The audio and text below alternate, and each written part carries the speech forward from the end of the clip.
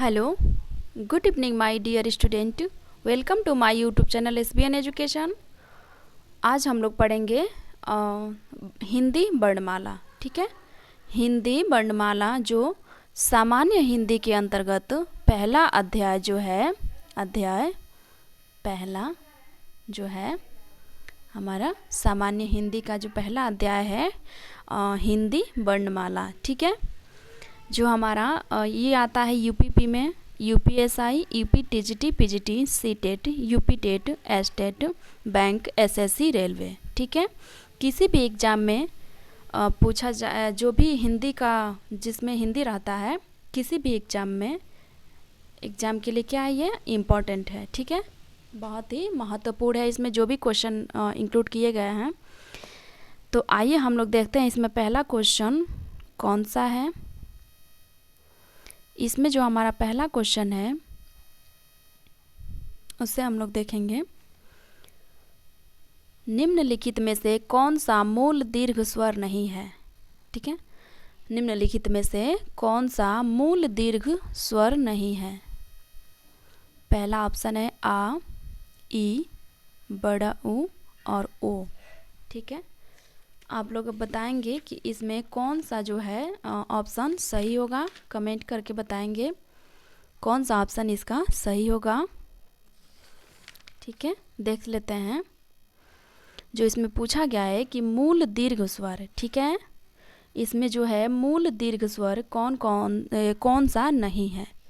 तो सबसे पहले हम लोग जानेंगे कि मूल जो दीर्घ स्वर होता है वो कौन से होते हैं। ठीक है, इसमें आ होता है, ई होती है, बड़ी ई, बड़ा ऊ, ए ओ औ। ठीक है, ये दीर्घ स्वर है। ओके, इसके अंतर्गत ओ नहीं आता है। ठीक है, ओ जो हमारा है वो नहीं आता है। तो जो इसमें हमारा ऑप्शन दिया गया है आ, बड़ी ई, छोटा ऊ और ओ, तो इसमें जो है हमारा डी ऑप्शन करेक्ट है। ठीक है, ये मूल दीर्घ स्वर नहीं है। ठीक है, अगले क्वेश्चन की तरफ हम लोग चलेंगे। अगला क्वेश्चन है हमारा सेकंड नंबर, हिंदी में ध्वनियाँ कितने प्रकार की होती है। ठीक है, जो हमारा हिंदी वर्णमाला है सामान्य हिंदी, उसमें जो है ध्वनियाँ होती है वो कितने प्रकार की होती है। ठीक है, तो सबसे पहले हम लोग ये जानेंगे कि ध्वनि कहते किसे हैं। ठीक है, जो ध्वनियाँ वो ध्वनि जो होती है वो मतलब किसे कहते हैं ध्वनि। ओके, तो सबसे पहले ध्वनि या वर्ण, ध्वनि कहिए या फिर उसे वर्ण कहिए। बात ओके, भाषा की सबसे छोटी इकाई जो होती है उसी को ध्वनि कहा जाता है। ठीक है, इसका डिफिनीशन ये है, जो भाषा की सबसे छोटी इकाई होती है उसी को हम लोग ध्वनि कहते हैं। ओके, भाषा की सबसे छोटी इकाई ध्वनि कहलाती है और वर्ण कहलाती है। ठीक है, ध्वनि को ही हम लोग वर्ण भी कहते हैं। ओके, ठीक है, और अभी हमने बताया कि हिंदी के अंतर्गत जो क्या है, ये हिंदी वर्णमाला। ठीक है, तो वर्णमाला किसे कहते हैं, जो वर्णों की व्यवस्थित समूह होता है ना, वर्णों का व्यवस्थित समूह, उसे हम लोग वर्णमाला कहते हैं। ठीक है, वर्णों के व्यवस्थित समूह को वर्णों के व्यवस्थित समूह को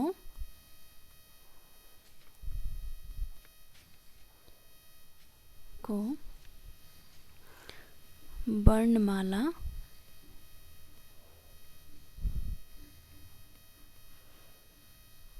कहते हैं।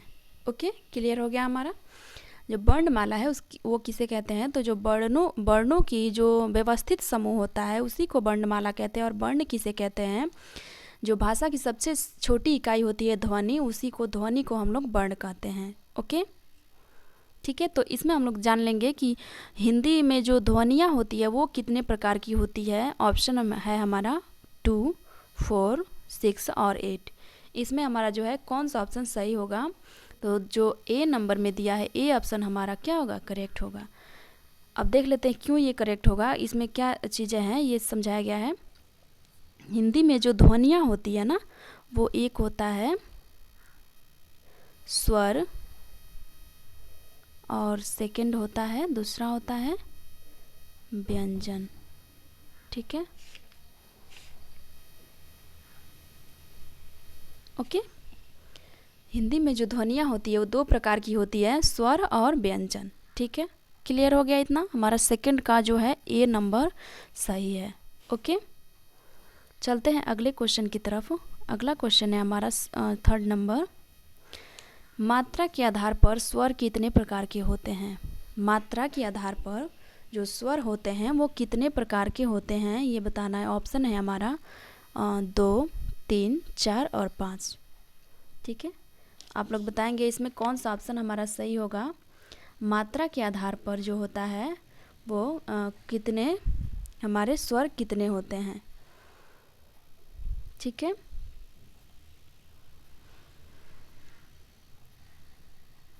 ओके। जो मात्रा के आधार पर हम जो स्वर होता है वो 2 होता है। ठीक है, ए नंबर हमारा करेक्ट है। पहला है ह्रस्व स्वर स्वर,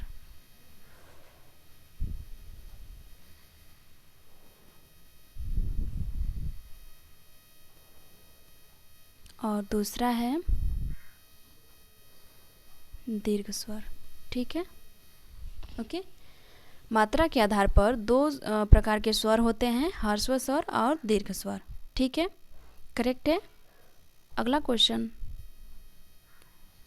क्वेश्चन की तरफ चलते हैं। 4 नंबर हमारा क्वेश्चन है, जिह्वा के आधार पर स्वर कितने प्रकार के होते हैं? जिह्वा के आधार पर जो होता है स्वर वो कितने प्रकार के होते हैं ये पूछा गया है। 2, 3, 4 और 6। ठीक है, आप लोग बताएंगे। जिह्वा के आधार पर जो हमारा स्वर होता है वो 3 प्रकार के होते हैं। ठीक है, बी नंबर हमारा करेक्ट है। इसमें 3 प्रकार के होते हैं। अभी कौन कौन से होते हैं ये जानेंगे। पहला है अग्रस्वर। ठीक है, अग्रस्वर। सेकंड है हमारा मध्य स्वर। ठीक है, मध्य स्वर। थर्ड है पश्च स्वर।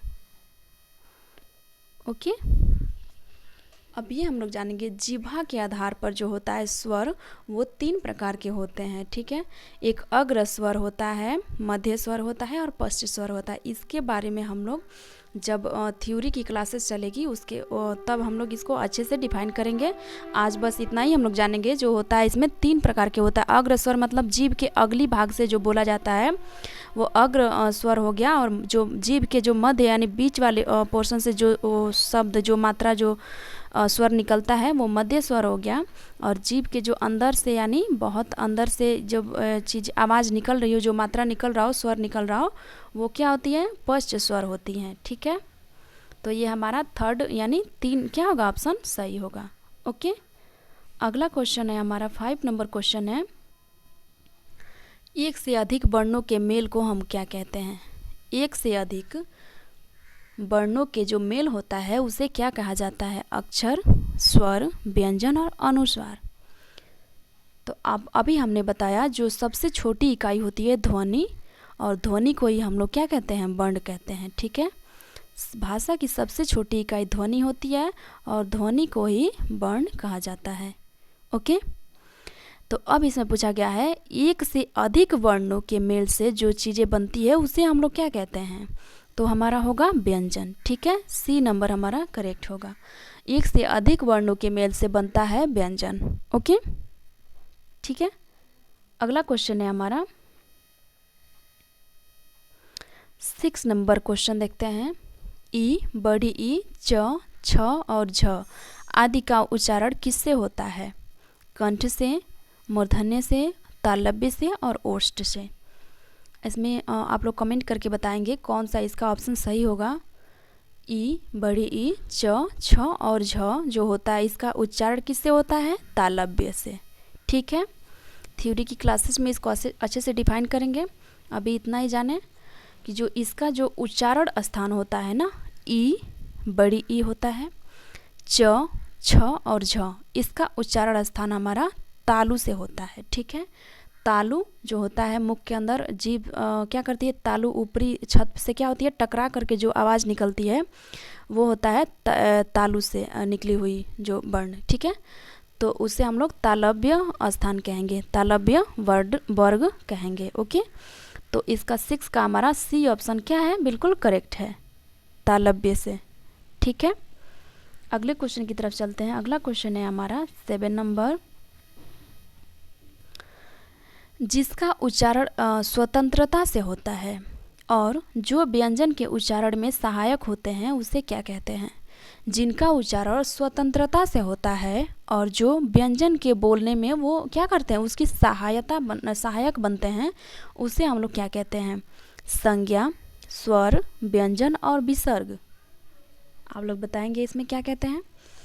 जो जिसका उच्चारण स्वतंत्रता से हो, यानी उसको बोलने में किसी की सहायता की ज़रूरत नहीं पड़े, वो क्या हो, स्वतंत्र रूप से उसको बोला जा सके, और वो क्या हो, व्यंजन के उच्चारण में सहायक हो, ठीक है। तो एक हमारा ये स्वर ही ऐसा है जो स्वतंत्र होता है और इसको बोलने में किसी की सहायता की ज़रूरत नहीं पड़ती है, और उल्टा ये क्या करता है, ये सहायक बनता है व्यंजन को बोलने में, ठीक है। व्यंजन के उच्चारण में ये क्या करता है, सहायता प्रदान करता है। ओके, यानी क, अब हम लोग बोलेंगे क, तो क होता है अब प्लस अ मिल करके क्या बनता है, क बनता है, ठीक है। क में क्या हुआ, अ मिला हुआ है, यानी स्वर मिला हुआ है, इसका इसमें सहायता कर रहा है, तब जाके क बना है, ठीक है। तो ये हमारा क्या हुआ, स्वर इसका राइट आंसर होगा।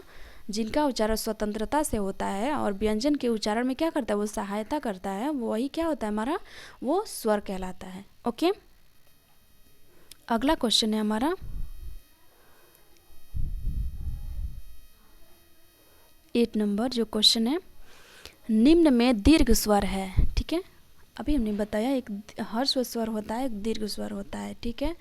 एक प्लुत स्वर भी होता है जो अभी हम बताएंगे अगले क्वेश्चन में है वो, ठीक है। निम्न में से जो है दीर्घ स्वर कौन सा है, ई है, बड़ी ई है, ए और ए, इनमें से कौन सा ऑप्शन हमारा सही होगा, आप लोग बताएंगे, ठीक है। सबसे पहले हम लोग ये जानेंगे कि ह्रस्व स्वर में और दीर्घ स्वर में कितने स्वर आते हैं, कितने मात्रा इसमें आते हैं। जो ह्रस्व स्वर है ह्रस्व में आते हैं अ, ई,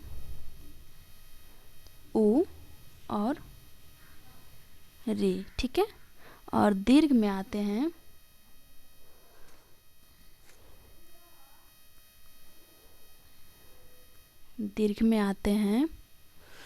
आ, बड़ी ई, बड़ा उ, ए,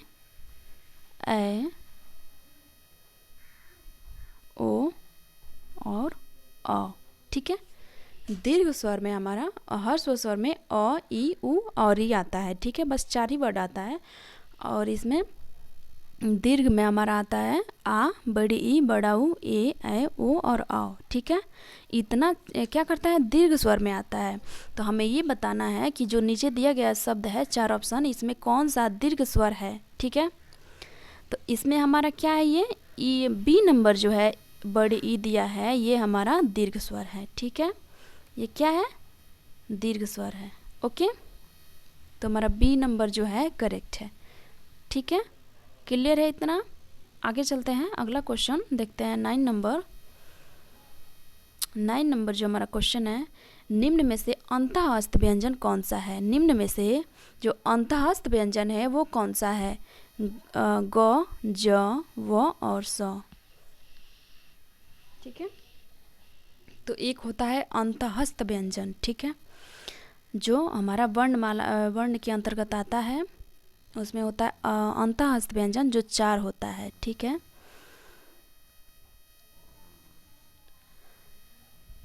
अंतःस्थ व्यंजन,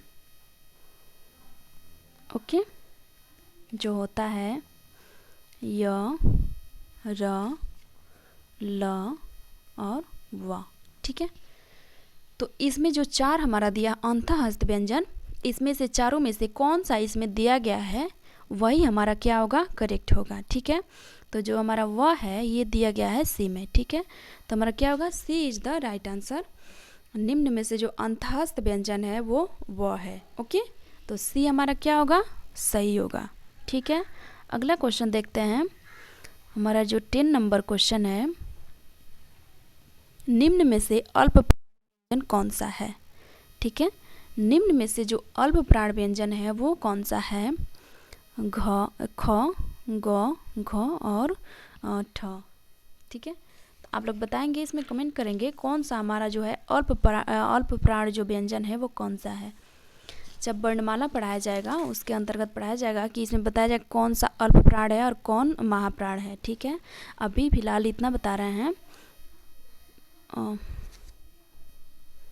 क, ख, ग, घ, अंग।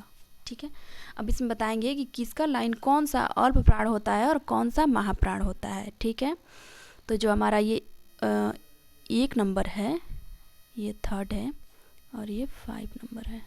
ठीक है, सॉरी 3rd है। ओके, जो पहला होता है, पहला, तीसरा और पांचवा। ठीक है, पहला, तीसरा और पांचवा हमारा क्या होता है, अल्प प्राण होता है। ओके, पहला, तीसरा और पांचवा होता है अल्प प्राण। ठीक है, और जो ये दूसरा और जो चौथा होता है ना, दूसरा और चौथा ये होता है महाप्राण। ठीक है, दूसरा और चौथा होता है महाप्राण। ओके, तो इसमें हमें बताना है कि इसके अंतर्गत कौन सा इसमें अल्प प्राण है। ठीक है, कौन सा अल्प प्राण व्यंजन है। ख, ग, घ और ठ दिया है, तो ये हमारा क्या हुआ, क, ग और अंग क्या है, अल्प प्राण व्यंजन है। ठीक है, तो ग हमारा अल्प प्राण व्यंजन और ग हमारा बी में क्या हुआ है, दिया हुआ है। ओके, तो ग क्या होगा हमारा, बी नंबर राइट होगा, इसके लिए बिल्कुल सही होगा। जो अल्प प्राण व्यंजन है वो ग हमारा इसमें दिया हुआ है। ओके, अगले क्वेश्चन की तरफ चलते हैं।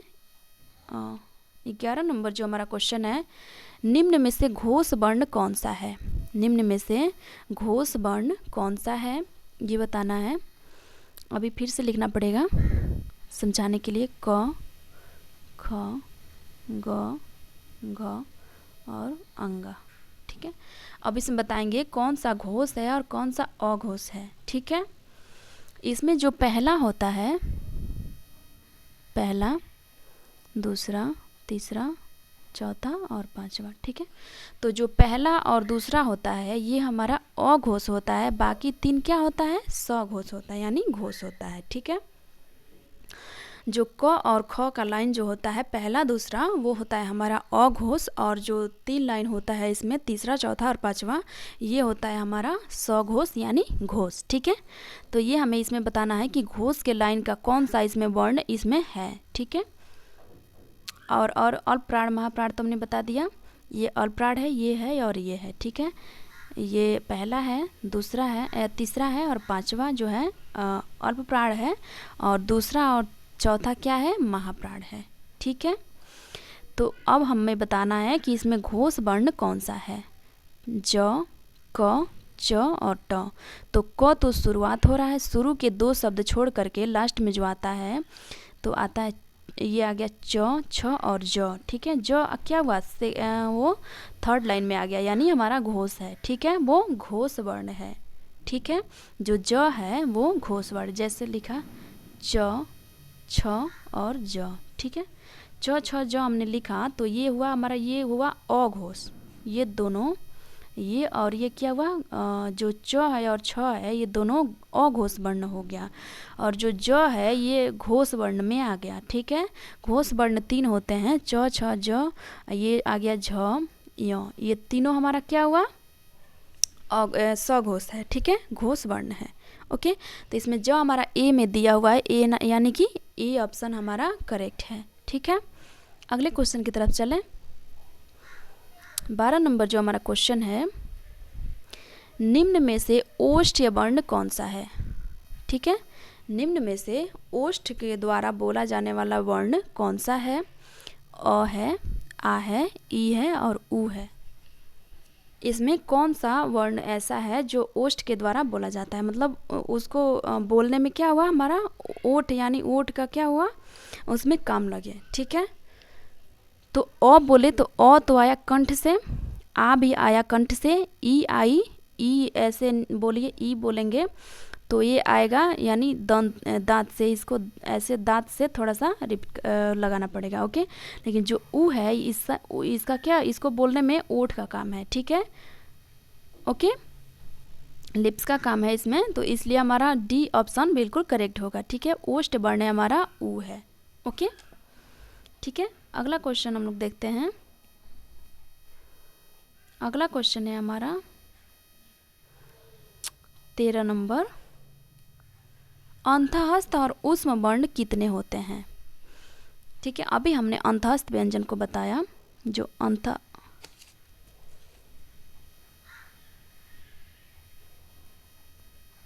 अंतःस्थ व्यंजन होते हैं वो 4 होते हैं। ठीक है, 4 होते हैं, य, र, ल और व। ओके, और ऊष्म या संघर्षी व्यंजन जो होते हैं, ऊष्म व्यंजन, ठीक है, वो भी हमारा क्या होते हैं, 4 होते हैं। ठीक है, स, स, स और ह।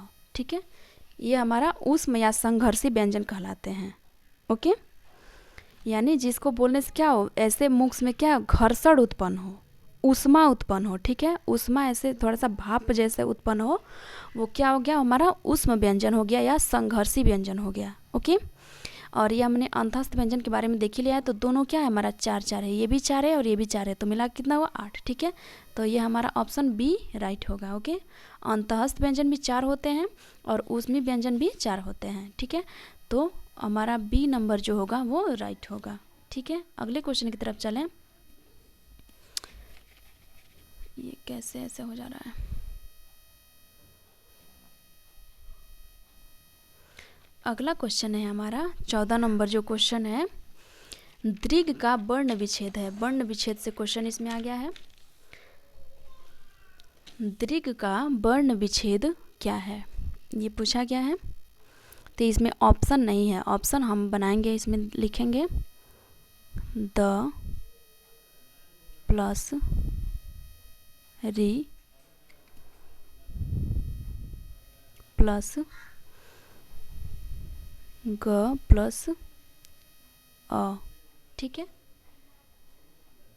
इसका हमारा जो दीर्घ का वर्ण विच्छेद है वो पहला ऑप्शन हो गया। दूसरा ऑप्शन हम लोग लिखेंगे द प्लस र प्लस उ प्लस ग।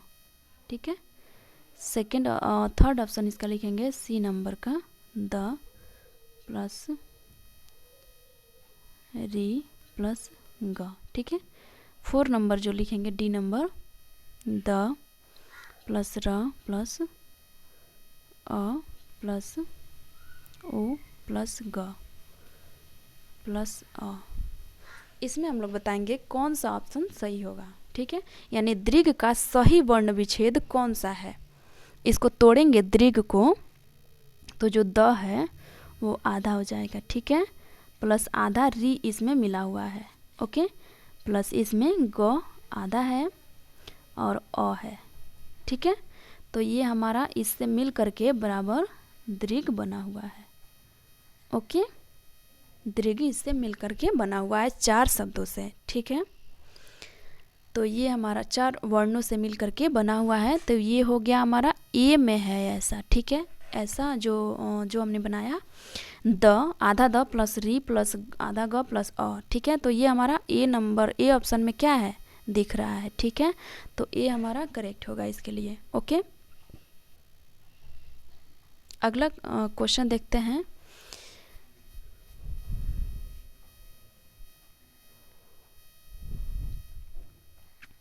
अगला जो हमारा क्वेश्चन है, सघोष वर्ण जो होता है वो कौन सा है। इसमें जो निम्न में से सघोष वर्ण यानी घोष वर्ण जो है वो कौन सा है, प थ ब और स।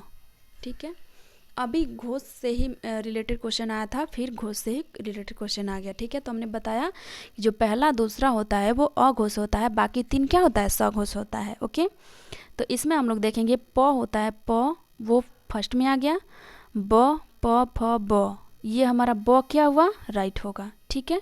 त थ ये सेकंड में आ रहा है तो ये नहीं होगा। स क्या होता है, वो तो उसमें व्यंजन है, ठीक है, ये नहीं आएगा इसमें, ठीक है।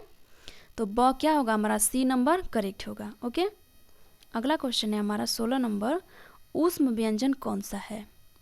निम्न में से ऊष्म व्यंजन कौन सा है, ह, ल, म और ज।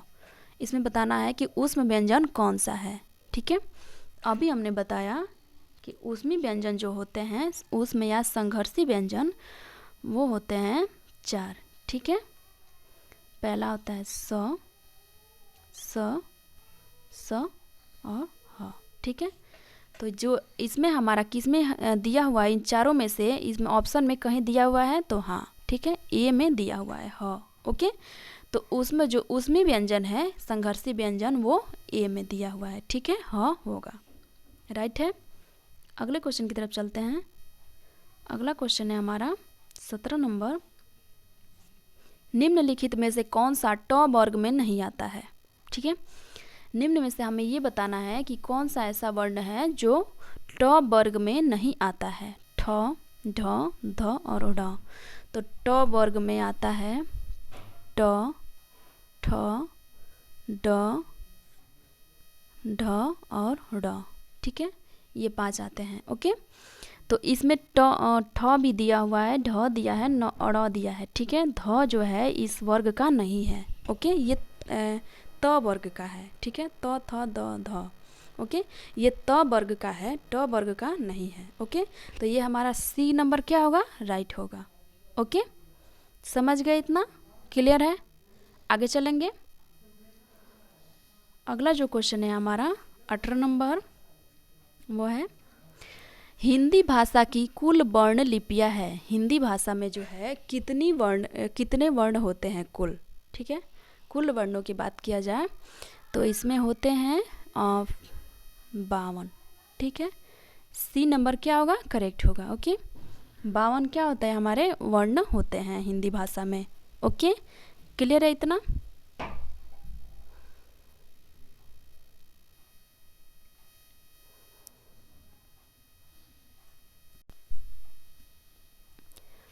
अगला क्वेश्चन है हमारा 19 नंबर, जिनकी ध्वनियाँ केवल मुख से निकलती हैं वो है। जिनकी ध्वनियाँ क्या हो, केवल मुख से, यानी जो वर्ण बोलने पर केवल मुख से ध्वनियाँ निकले वो कौन सा वर्ण कहलाती है, ठीक है, वो कौन सा स्वर है, ये बताना है। वृत्ताकार स्वर, संवृत स्वर, अनुनासिक स्वर, निर्नुनासिक स्वर। तो जो हमारा जो वर्ण बोलने पर अगर नाक से ध्वनियाँ निकले, नाक से, तो वो होता है अनुनासिक स्वर, ठीक है, अनुनासिक स्वर होता है। ओके, और जिसको बोलने से केवल मुख से ध्वनियाँ बाहर निकलती है वो होता है निर्नुनासिक स्वर, ठीक है। तो इसमें क्या होगा हमारा करेक्ट आंसर, डी होगा, ठीक है। इसमें पूछा गया है कि जिसको बोलने पर केवल मुख से ध्वनियाँ निकले वो हमारा कौन सा स्वर कहलाता है, तो वो होता है निर्नुनासिक स्वर। ओके, डी नंबर हमारा क्या होगा, करेक्ट होगा, ठीक है। अगला क्वेश्चन है हमारा 20 नंबर, अर्ध विपरीत स्वर है। अर्ध विपरीत स्वर है उ, ए, आ और ए। इसमें कौन सा हमारा जो है अर्ध विपरीत स्वर है, ठीक है, ये बताना है।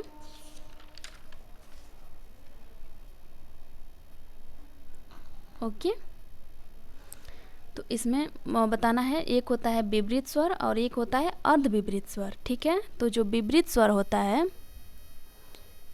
विपरीत स्वर, उसमें कौन कौन से होते हैं, कौन कौन से वर्ण होते हैं, आ होता है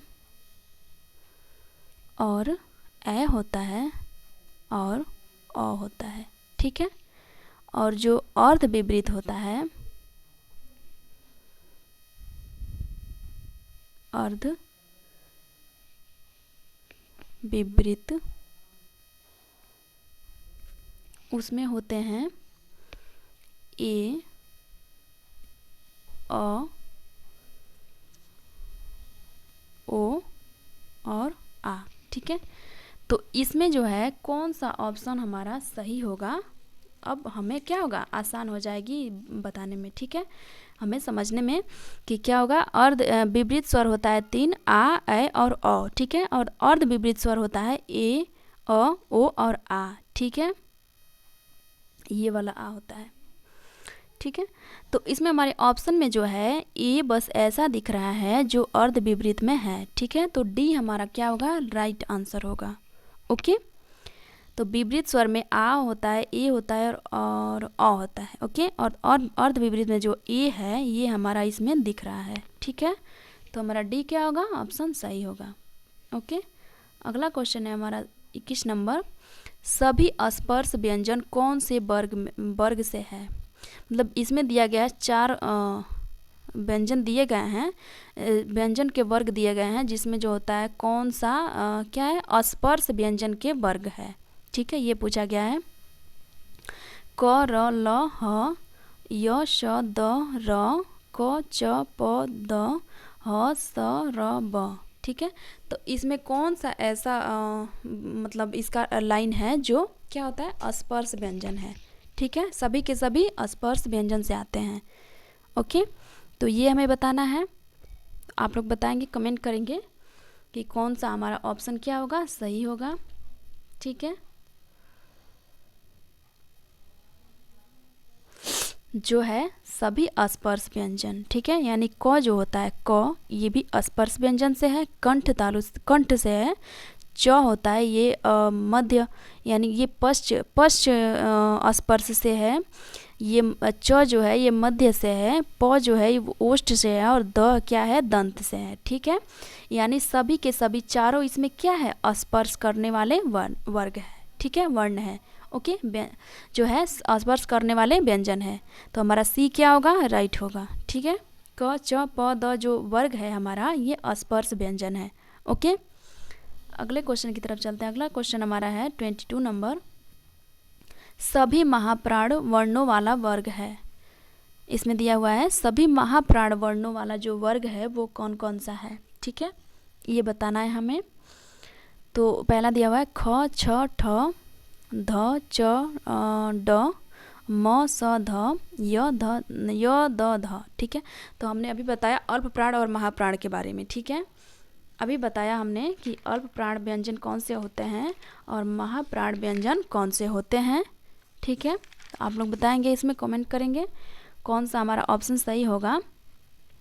तो जो हम पहला होता है, पहला, तीसरा और पांचवा क्या होता है, अल्प प्राण होता है, और दूसरा और चौथा क्या होता है, हमारा महाप्राण होता है। ठीक है, तो इसमें महाप्राण ही पूछा गया है। ठीक है, ऐसा पूछा गया है कि महाप्राण वर्ण वाला वर्ग कौन सा है इसमें। ठीक है, तो ये हमें बताना है।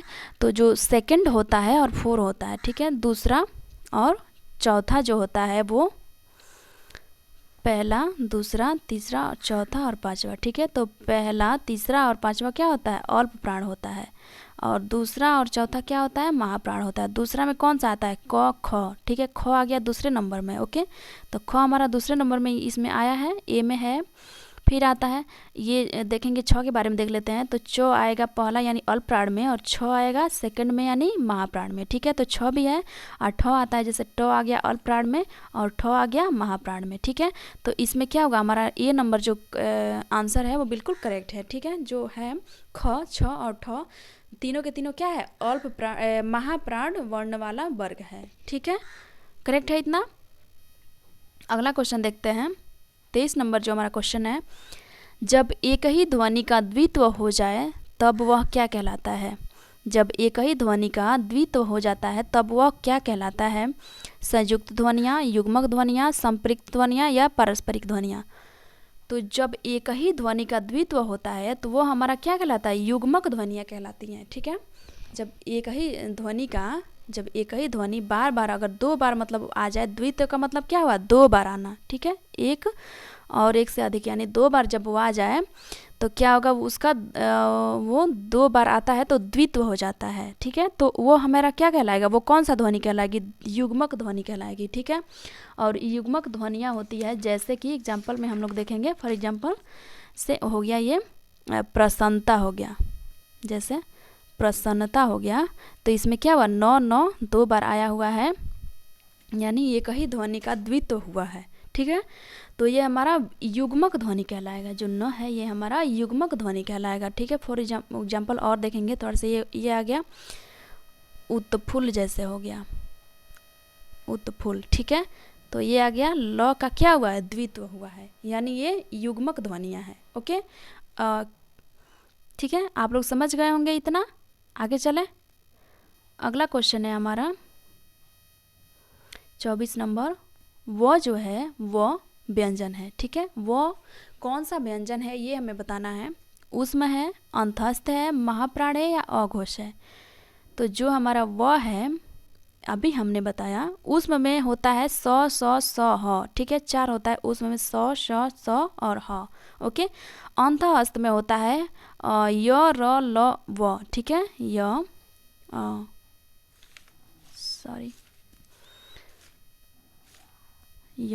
र ल और व। ठीक है, तो जो व हमारा व्यंजन है ये अंतःहस्त व्यंजन है। ठीक है, अंतःहस्त व्यंजन के अंतर्गत वह व्यंजन जो होता है वो आता है। ठीक है, तो बी हमारा क्या होगा, करेक्ट होगा। अगले क्वेश्चन की तरफ चलते हैं। 25 नंबर जो हमारा क्वेश्चन है,